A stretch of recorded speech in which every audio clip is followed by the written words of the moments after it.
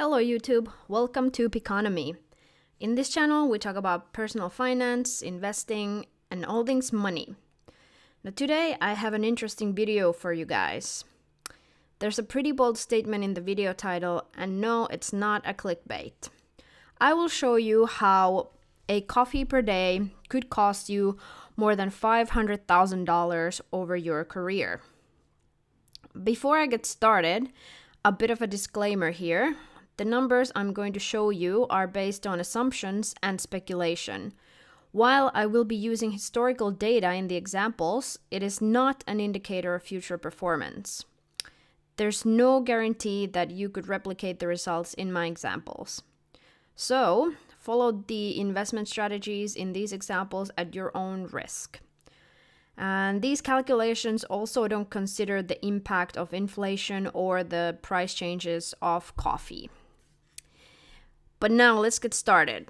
So first, we need to make some assumptions. I'm not a coffee drinker myself, so I actually don't know what a cup of coffee costs. But I asked Google and found this article, which lists the prices of a cup of coffee around the world.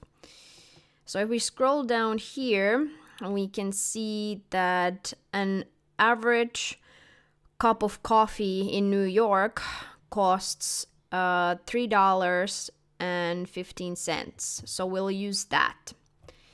Now, assuming that you buy a cup of coffee every morning on work days, which is 5 days a week, you will spend 5 times $3.15 or $15.75 on coffee every week. And since there are 4 weeks in a month, you will spend 4 times $15.75, which is equal to $63 on coffee every month. So what if instead of buying a coffee every day, you would invest that money? A low-cost index fund, such as the S&P 500, is recommended by big-time investors, such as Warren Buffett or Tony Robbins, so we'll use that as an example. I will not go into more detail about the S&P 500. It's enough to understand it's a type of investment which has an average annual return of 10%, as we can see in this discussion thread from Investopedia. Right here. So again, past performance does not guarantee future results, and returns can vary greatly from year to year, but we'll base the calculations on the historical 10% average annual return. And finally, we'll assume that your coffee consuming habit spans over an average career of 45 years, from when you're 20 years old to when you're 65 years old and retire.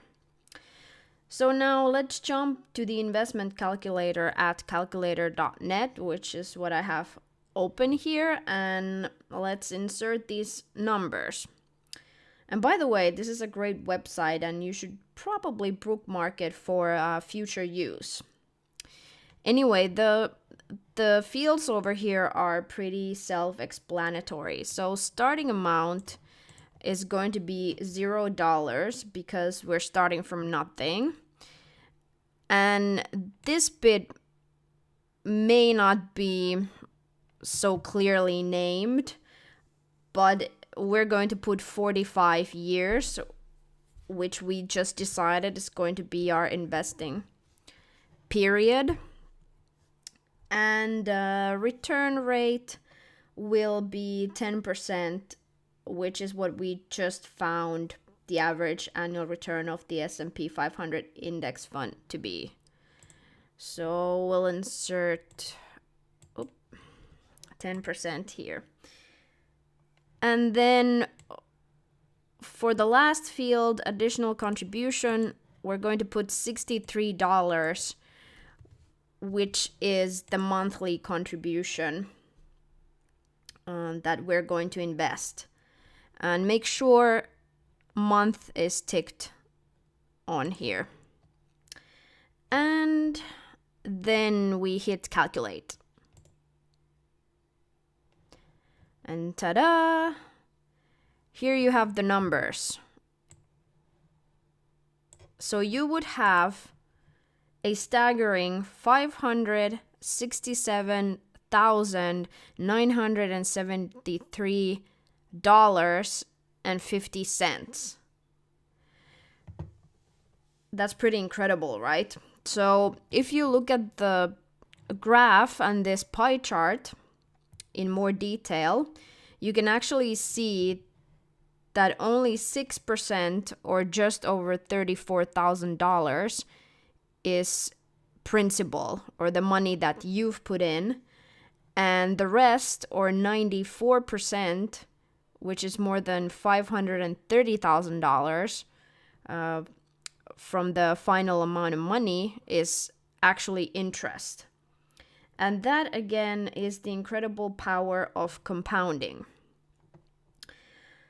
So, okay, I hear you. You might be saying that this is not the most realistic example, that no one buys a coffee every day, and definitely not for 45 years, or if they did, they wouldn't want to give it up entirely to save all that money. So, am I saying that you have to stop drinking coffee to become rich? No, that's not what I'm saying at all. But the example proves an important point, how basically spare change can turn into a fortune with compound interest over a long period of time.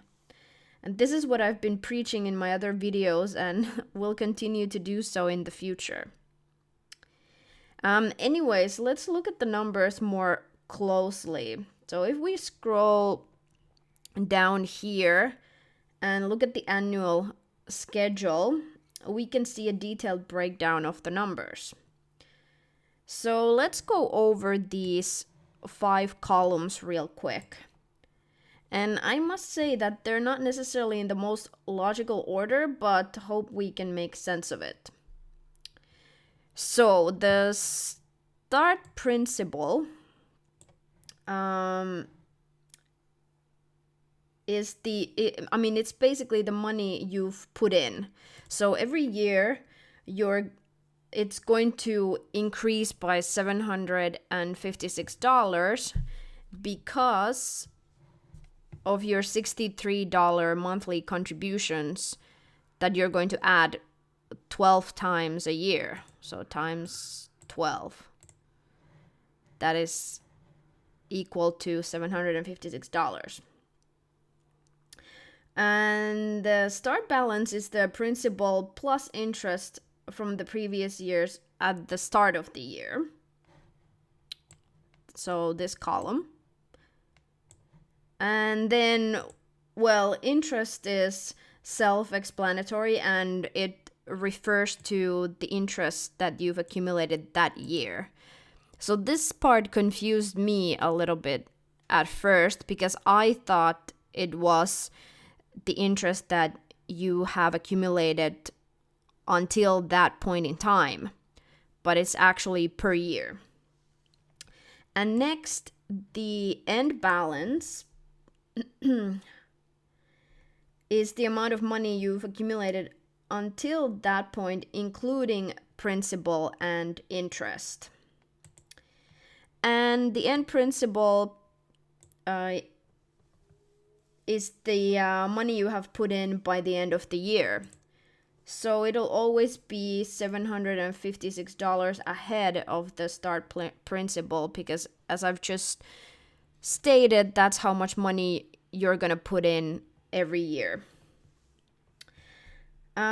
So first year you start with $0, and your start principal and start balance are gonna be the same.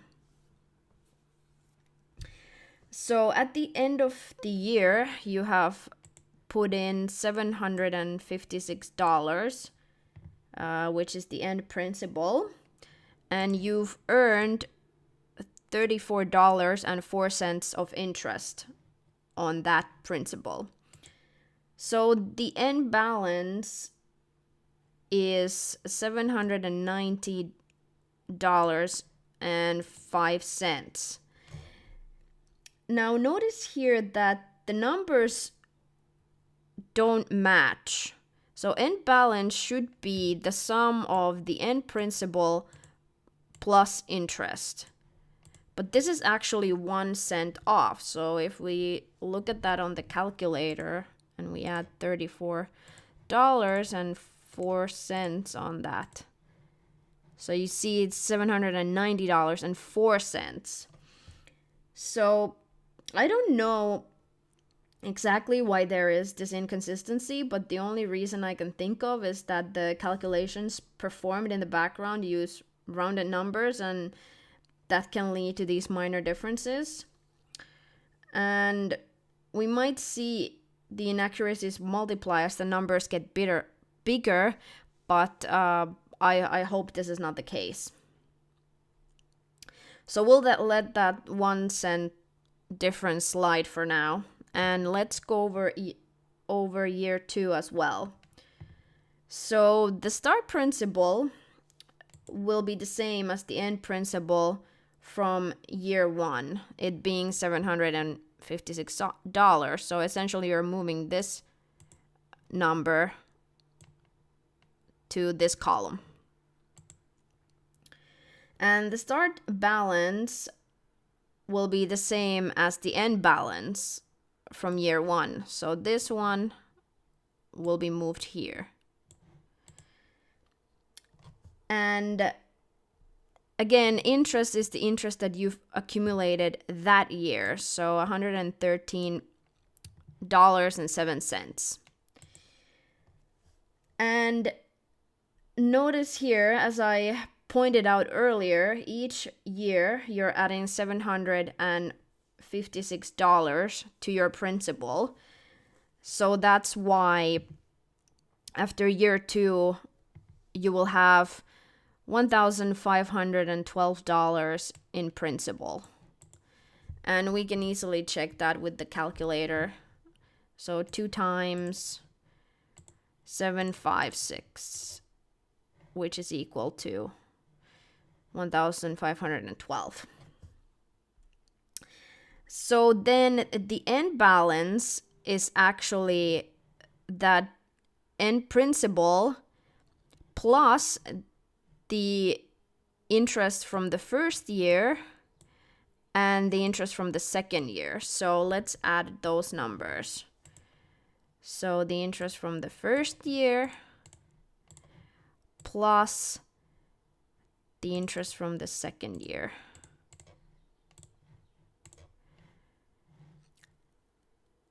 And now it's an exact match. So good, we don't have inconsistencies anymore. Cool. Okay, I won't repeat the numbers for the following years, so you can do it yourself if you want. But let's look ahead a little bit. Even if you think that investing for 45 years and using all your coffee money for that is ridiculous and you would never do it. I mean, let's just look at the situation after 5 or 10 years. So let's look at these rows. Oops. So notice that even after 5 or 10 years, you could have earned a significant amount of money. I mean, we're interested in the end balance, so the fourth column over here. So after 5 years, you would have $4,823.36. Or after 10 years, $12,591.42. I mean, that's already a good amount of money just from spare change.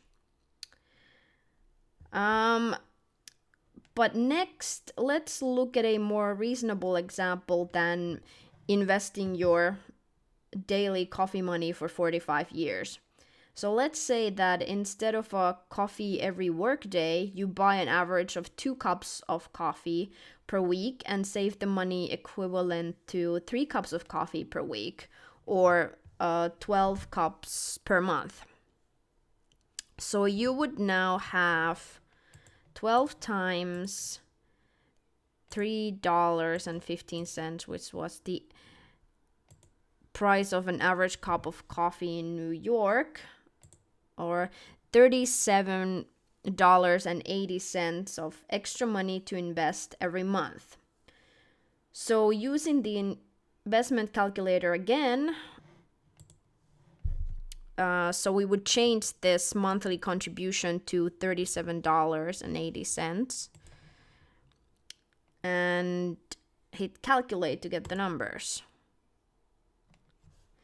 So with less than $40 a month, you could have $340,784.10 after 45 years.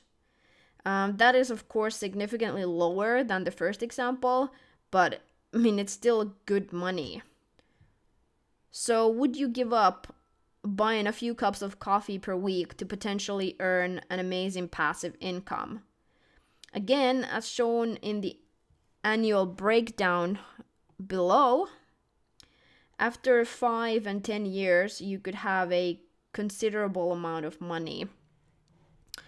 So here, nearly $3,000 and about $7,500. So now let's make things even more interesting. What if after 10 years you stopped investing more of your coffee money and just let the money you had acquired until then just sit and compound for the next 35 years? So we'll take this number here. Let's copy it.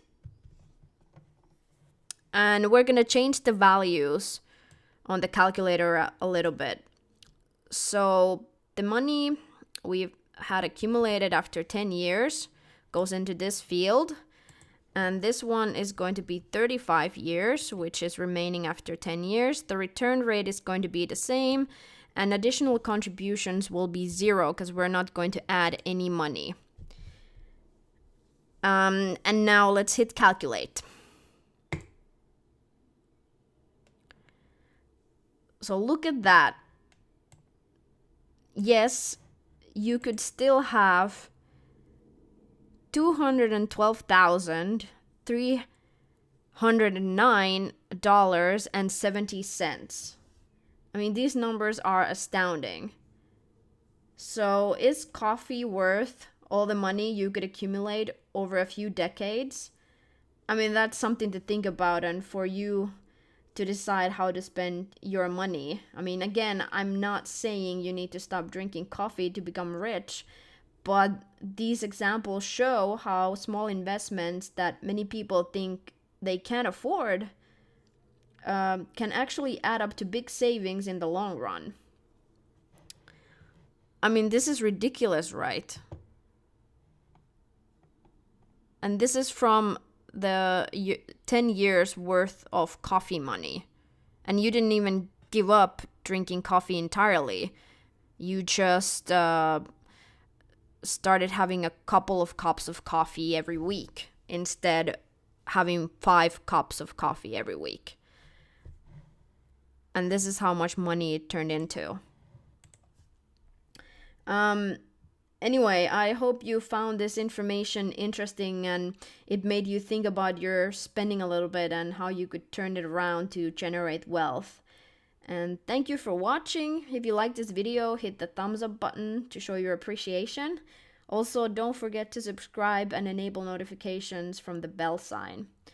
And thank you again, and I'll see you in the next video.